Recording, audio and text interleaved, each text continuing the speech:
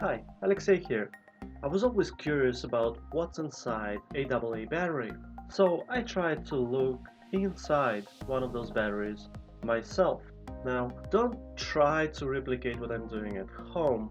The content of the battery, the alkaline battery, is dangerous and may harm you, so please do not do this at home. As you can see, I'm wearing black gloves and I'm trying to peel off the outer shell. Then after that, I will try to open the can.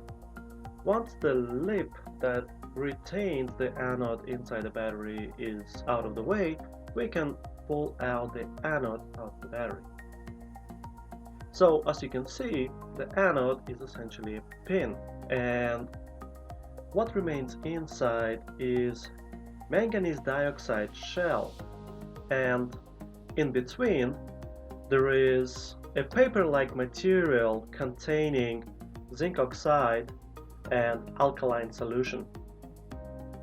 So as you can see, I'm pulling it out of the battery, and as you unwrap it, you see this silvery-like material, which is zinc oxide and alkaline solution. Okay, and this is what's inside a battery.